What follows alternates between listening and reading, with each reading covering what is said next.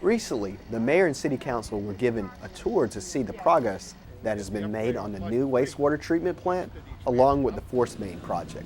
Prior to 2009, the city was planning on modernizing that plant, and then the flood of 2009 hit, which made us take a completely different approach. Then we had to actually buy property and relocate the plant to an elevation 60 feet higher to get it out of the floodplain because of the flood that occurred.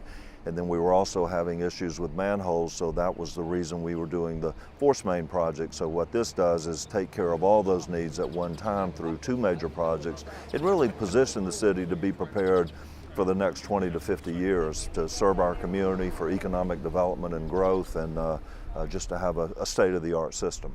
So to do $55 million worth of work in less than 24 months, that projects that are not only on budget, but one is 5 months ahead of schedule and the other is 12 months ahead of schedule, that's something we're very proud of. Both projects are ahead of schedule and will solve many of the sewer issues that the city has seen since the 2009 floods. Well, we had an aggressive schedule. We had good contractors. They're approximately, we didn't have a lot of weather delays, but they had aggressive schedules and they stuck to them, and they've been able to work around issues when they've had rain. They're approximately 75% complete on both of them right now, and they're on budget. The force main project is about 5 months ahead of schedule. The treatment plant project is almost 12 months ahead of schedule, and that's basically because we did a design build on that with the design engineer and a contractor work together, and that knocks about 7 months to a year off a contract. So like I said, they've worked real close together, and both contractors have worked together.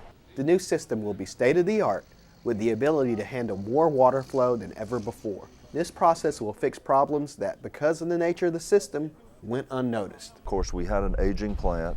We had primarily a gravity flow system with pipes that were quite old. So it really modernizes the system. It prepares us for the future. It eliminates some Achilles heels that we had, and the force main now, that system is under pressure. We have pump stations now that can handle 36 million gallons of inflow if we were to receive that.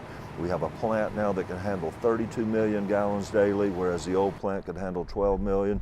So not only does it address the current needs and make our community environmentally safe, it really prepares us for the future, for economic development, for growth and industry who now can come here and know we have ample resources to serve them. You look at a system, you have over 300 miles of lines, all of them in the ground, all of them built at different times. You can't always readily see their condition because some are 30 feet, 40 feet deep in the ground.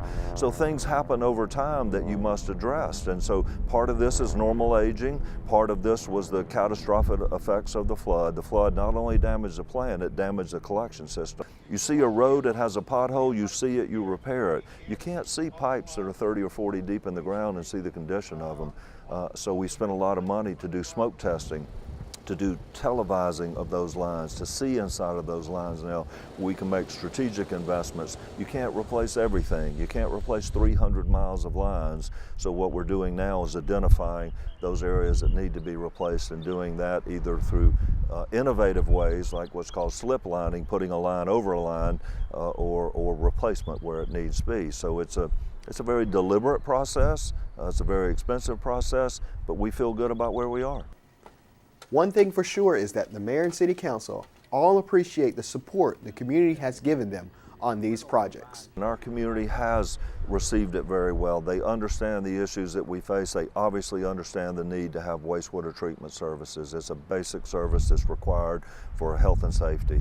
And I think we've done a good job of educating the public, but our public has really stepped up and supported us. In fact, they overwhelmingly passed a SPLOST referendum which dedicated the money to address these issues. And as you saw today, even going through neighborhoods, they've accepted the fact that it's a necessary improvement, and I think people have been really good to receive it and understand it. For more information on these projects, contact the Utilities Department at 229-259-3592.